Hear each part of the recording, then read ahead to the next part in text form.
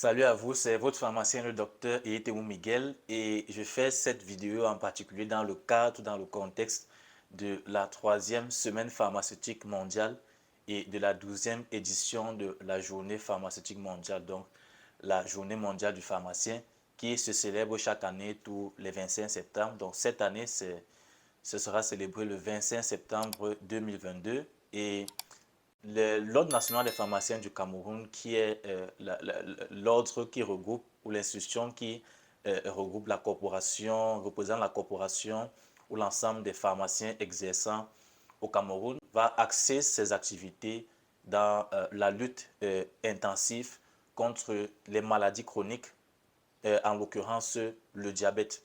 Donc, il faut déjà rappeler le thème de cette édition, de l'édition de cette année. Le thème, c'est la pharmacie unie dans l'action pour un monde en meilleure santé. Donc, il est question donc que les pharmaciens contribuent davantage à la promotion de la santé des populations.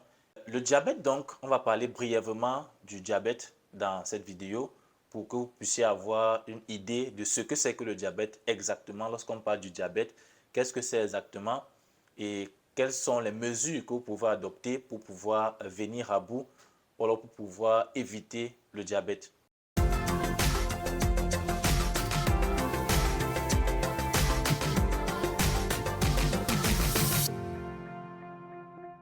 Bien, lorsqu'on parle de diabète, on fait allusion à ce qu'on appelle en langage technique l'hyperglycémie chronique. Hyper, c'est pour dire élevé. Glycémie, c'est pour dire la présence du glucose ou la quantité de glucose dans le sang. Le glucose, c'est un type de sucre. C'est l'un des principaux types de sucre que l'on retrouve dans notre alimentation, que ce soit dans le sucre raffiné, donc le sucre de table, ou encore dans les fruits et dans certains légumes. Donc, le diabète donc, va se définir par une quantité anormalement élevée de sucre dans le sang. Et pourquoi est-ce que ça pose problème? Parce que le sucre constitue un peu ce qu'on peut considérer comme l'essence ou le carburant des cellules de notre organisme. Donc, comme on le sait pratiquement tous, le sang circule dans les veines, dans les artères, et le sang fait le tour de l'ensemble de l'organisme et le sang apporte donc les différents nutriments à l'organisme. Donc, pour que les cellules de l'organisme puissent bien fonctionner, il faut que les nutriments qui se trouvent dans le sang, y compris le glucose, donc le sucre, puissent quitter le sang et entrer dans les cellules. Et à l'intérieur de ces cellules, donc, ces nutriments seront consommés pour la production d'énergie. Le diabète va donc se caractériser par le fait que le sucre, au lieu de quitter le sang et d'entrer dans les cellules pour être utilisé, va rester dans le sang. Donc, on sera là dans une situation où il y aura assez de sucre dans l'organisme dans son ensemble, puisqu'il y en a beaucoup dans le sang, mais le sucre ne sera pas présent là où il doit être, c'est-à-dire à l'intérieur des cellules où il faudra qu'il soit utilisé. Et donc, c'est cette condition donc, qui sera appelée le diabète. Il y a donc plusieurs types de diabète, mais principalement, on regroupe les diabètes en deux types. Le diabète de type 1 d'une part et le diabète de type 2 d'autre part.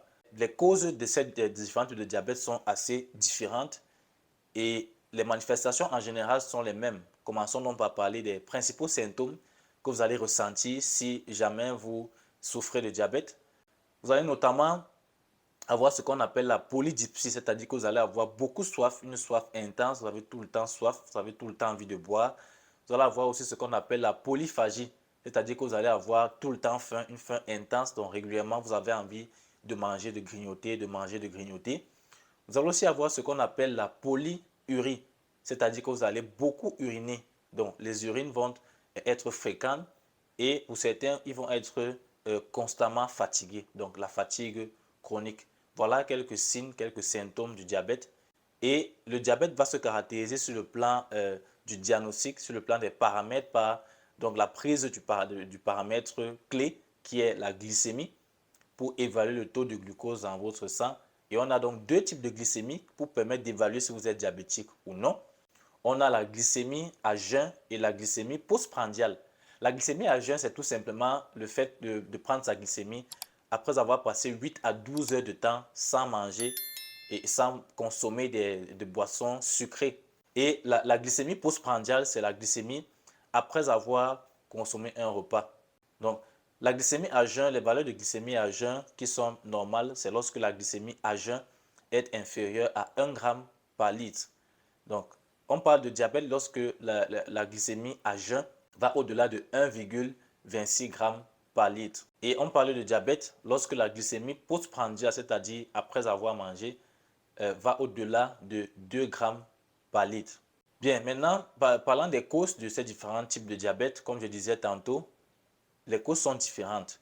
Le diabète de type 1 va se caractériser par le fait que c'est une maladie auto-immune. C'est-à-dire que votre système immunitaire, qui est l'armée, le système de défense de votre organisme, va se retrouver en train d'attaquer non pas vos ennemis, mais un organe précis dans votre organisme qui est appelé le pancréas, qui se situe en dessous ou non loin de votre estomac. Et pourquoi est-ce que ça va causer le diabète? Parce que le pancréas est l'organe qui produit deux hormones, le glucagon et l'insuline.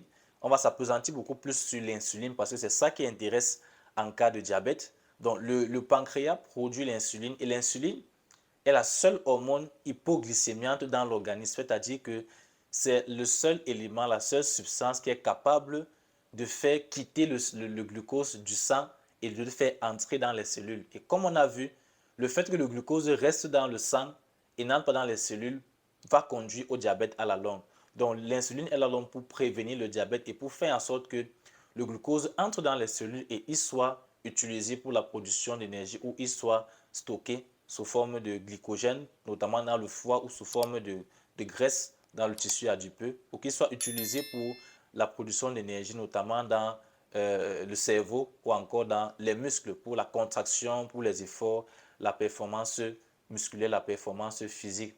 Et comme je le disais, l'insuline est la seule hormone hypoglycémiante, c'est-à-dire que s'il n'y a pas d'insuline, aucune autre hormone, aucune autre substance dans l'organisme ne peut jouer son rôle et donc le glucose va donc rester pratiquement indéfiniment dans le sang, il ne pourra pas être utilisé, ça va conduire au diabète. Donc vous conviendrez avec moi que si votre système immunitaire s'attaque au pancréas, détruit le pancréas et que le pancréas n'est plus en mesure de produire l'insuline, le glucose va s'accumuler dans le sang et vous allez donc développer ce qu'on appelle le diabète de type 1, qui était aussi souvent appelé avant le diabète insulinodépendant, puisqu'il y a absence de la production de l'insuline. Généralement, c'est un diabète qui est maigre, dont les patients qui sont diabétiques de type 1, généralement sont maigres. Et aussi, c'est un diabète qui se développe généralement très tôt. C'est pour ça qu'il est encore appelé diabète juvénile. Donc, il se développe généralement avant l'âge de 20 ans. C'est donc pourquoi vous allez souvent entendre parler de patients, de personnes, d'enfants même, de 2 ans, de 5 ans, de 10 ans et autres, qui ont développé le diabète. Maintenant, le diabète de type 2 n'est pas lié à une maladie auto-immune, parce que dans le cas du diabète de type 1, c'est lié à une maladie auto-immune qui provient souvent des gènes de l'ADN, donc qui peut être héréditaire. Le diabète de type 2, par contre, n'est pas lié à un problème génétique ou encore à un problème d'attaque ou de production d'insuline. C'est lié plutôt à la manière dont l'insuline agit sur les cellules. Et ce sera donc la conséquence d'un régime alimentaire ou d'un style de vie malsain, notamment par le fait que vous consommez beaucoup trop de sucre, beaucoup trop de graisse ou encore beaucoup trop de sel, le fait que vous ne fassiez pas assez d'exercice physique, donc vous êtes dans un mode de vie de sédentarité, vous êtes régulièrement assis, vous ne bougez pas assez, et ça peut aussi être exacerbé par la consommation d'alcool ou la consommation de tabac. Donc le diabète de type 2 va donc survenir généralement chez les personnes un peu plus âgées, donc généralement à partir de 35 ou de 40 ans. Donc c'est un diabète tardif, contrairement au diabète de type 1 qui est un diabète juvénile. Et pourquoi est-ce qu'il se déclenche? Parce que à force de consommer trop de sucre, des sodas, des boissons sucrées gazeuses, des pâtisseries, des gâteaux, des biscuits et autres, ça va donner beaucoup de travail à votre insuline et à un niveau, l'insuline va devenir déficiente ou défectueuse. Donc, elle ne pourra plus être suffisamment efficace pour faire entrer le glucose dans vos cellules et ça va donc conduire à un état qu'on appelle l'insulino-résistant. C'est-à-dire que vos cellules ne seront plus sensibles à l'action de l'insuline et donc le glucose ne va plus entrer dans vos cellules. Et ça prend souvent une dizaine d'années pour pouvoir se développer. Après avoir parlé des différents types de diabète, comment est-ce que vous pouvez faire pour éviter le diabète, puisque c'est une pathologie qui touche davantage de personnes dans le monde aujourd'hui? Il faut dire que plus de 400 à 450 millions de personnes dans le monde souffrent de diabète et les chiffres vont aller grandissant selon les projections de l'OMS d'ici quelques décennies. Les principaux moyens de prévenir le diabète, c'est notamment par la modification de votre alimentation et de votre style de vie. Donc, il faut éviter d'avoir un régime qui est trop riche en graisse. Donc, diminuer les apports en graisse, diminuer les apports en sucre, éviter d'avoir un régime qui est trop riche en sucre, diminuer les apports en sel, éviter d'avoir un régime qui est trop riche en sel. Faire de l'exercice physique pour éviter de rester sur place tout le temps. Donc, régulièrement, de bouger, de faire de l'exercice physique. Il est recommandé d'avoir environ 30 minutes d'exercice physique par jour, 5 fois par semaine, ce qui va faire 150 minutes d'exercice physique par semaine. Pour ceux qui consomment de l'alcool ou du tabac, il serait préférable d'éviter de consommer, d'arrêter de consommer la cigarette, de diminuer la consommation d'alcool ou de carrément arrêter de consommer de l'alcool. Dans le cadre de la prise en charge des patients, il y a donc un certain nombre de médicaments qui sont mis à la disposition des patients pour pouvoir réguler leur taux de glycémie afin d'éviter que ça s'élève trop. Donc, parmi ces médicaments, on a deux principaux types de médicaments. On a les médicaments injectables, dont l'insuline qui est injectée, qui est donnée par voie intraveineuse aux patients, notamment dans le cas du diabète de type 1, puisqu'il n'y a pas d'insuline dans l'organisme, produite par le pancréas. Et les antidiabétiques oraux d'autre part, qui sont pris par voie orale et qui vont donc réguler le fonctionnement de l'insuline et qui sont beaucoup plus préconisés dans le cadre du diabète de type 2. Donc, voilà un peu comment se passe la prise en charge et en fonction de votre âge, de votre sexe, en fonction du niveau de gravité de la pathologie du diabète dont vous souffrez, votre médecin pourra vous prescrire donc le médicament qui pourra le mieux vous aller et qui aura le moins d'effets indésirables possible sur votre organisme. Donc, en parlant d'effets indésirables notamment, il faut dire que l'effet indésirable majeur des antidiabétiques, c'est l'hypoglycémie. C'est-à-dire que puisque les antidiabétiques ont pour but de baisser la glycémie, donc il pourrait arriver que si vous en prenez trop, ou alors si vous ne respectez pas les horaires des repas, il peut arriver que votre glycémie chute un peu trop et se retrouve dans des valeurs anormalement basses. Et dans ce cas, donc, cela pourra se manifester par la transpiration profuse, donc le fait que vous transpirez beaucoup, par des tremblements, par des palpitations, par la tachycardie ou encore par la fatigue. Donc, dans ce cas, dans ce genre de situation, il serait préconisé de faire consommer à la personne qui est en hypoglycémie un peu de sucre pour faire remonter sa glycémie et si nécessaire d'amener la personne à l'hôpital.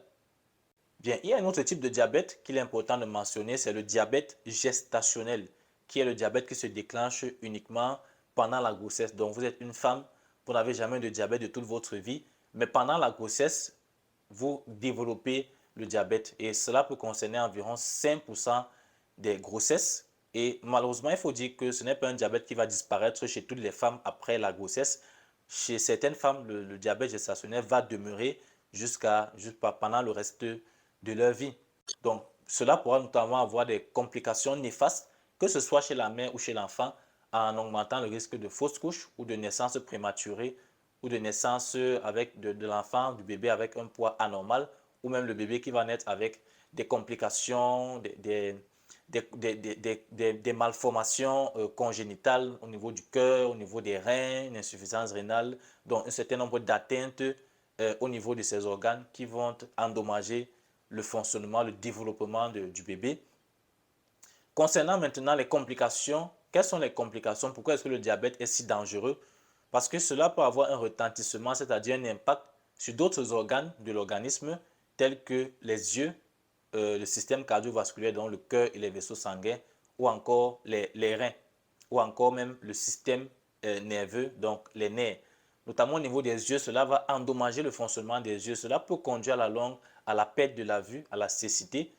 Au niveau des vaisseaux sanguins du cœur, cela peut causer des dommages au niveau des vaisseaux sanguins du cœur. Cela peut faire en sorte que les graisses s'y accumulent et ce qui va donc rendre difficile la circulation du sang et conduire à des pathologies telles que l'insuffisance cardiaque, l'hypertension artérielle ou encore l'accident vasculaire cérébral.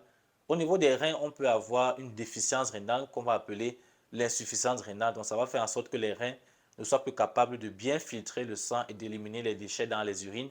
Et au niveau des nerfs, le diabète peut conduire à une neuropathie, donc à des douleurs neuropathiques, c'est-à-dire que vous aurez mal à cause du fait que l'excès de sucre va se mettre, entre guillemets, à ronger les nerfs, ou alors vous aurez une insensibilité à la douleur, vous n'allez pas sentir, certaines parties de votre corps vont perdre la sensibilité. Je me souviens d'ailleurs d'un patient qui était entré en officine, un patient diabétique qui avait des sandales, et en entrant dans l'officine, il a malencontreusement perdu une de ses sandales. Donc, il a continué à marcher.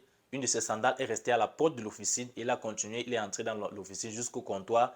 Et nous, on s'est rendu compte en officine qu'il marchait juste à ce moment-là avec une seule sandale, une seule babouche au pied. Mais lui ne s'était pas rendu compte qu'il n'avait plus de sandales au niveau du pied, justement parce que à cause de l'atteinte des nerfs au niveau de ce pied. Donc voilà, en général, les conséquences néfastes du diabète sur la santé. Donc, je vous remercie d'avoir regardé cette vidéo et j'espère qu'elle vous aura été utile. Une fois de plus, bonne journée mondiale des pharmaciens à tous. Et pour nos populations du Cameroun et de par le monde, n'hésitez pas à suivre ces conseils pour pouvoir vous prémunir du diabète. Surtout, n'oubliez pas de consommer davantage de fruits et de légumes parce que c'est très important pour prévenir le diabète, d'avoir une alimentation riche en fruits et en légumes et d'éviter tout ce qui est produit raffiné, d'en diminuer la consommation au maximum. Donc, tout ce qui est pâtisserie, tout ce qui est jus, boissons gazeuses, il faut en réduire la consommation et privilégier les aliments qui sont naturels puisque les fruits et les légumes seront riches en fibres et ces fibres vont aider à réduire le taux de glucose dans le sang. Et si vous avez une quelconque question, n'hésitez pas à vous rapprocher d'un pharmacien qui vous est proche pour en savoir davantage sur la prévention et le traitement du diabète.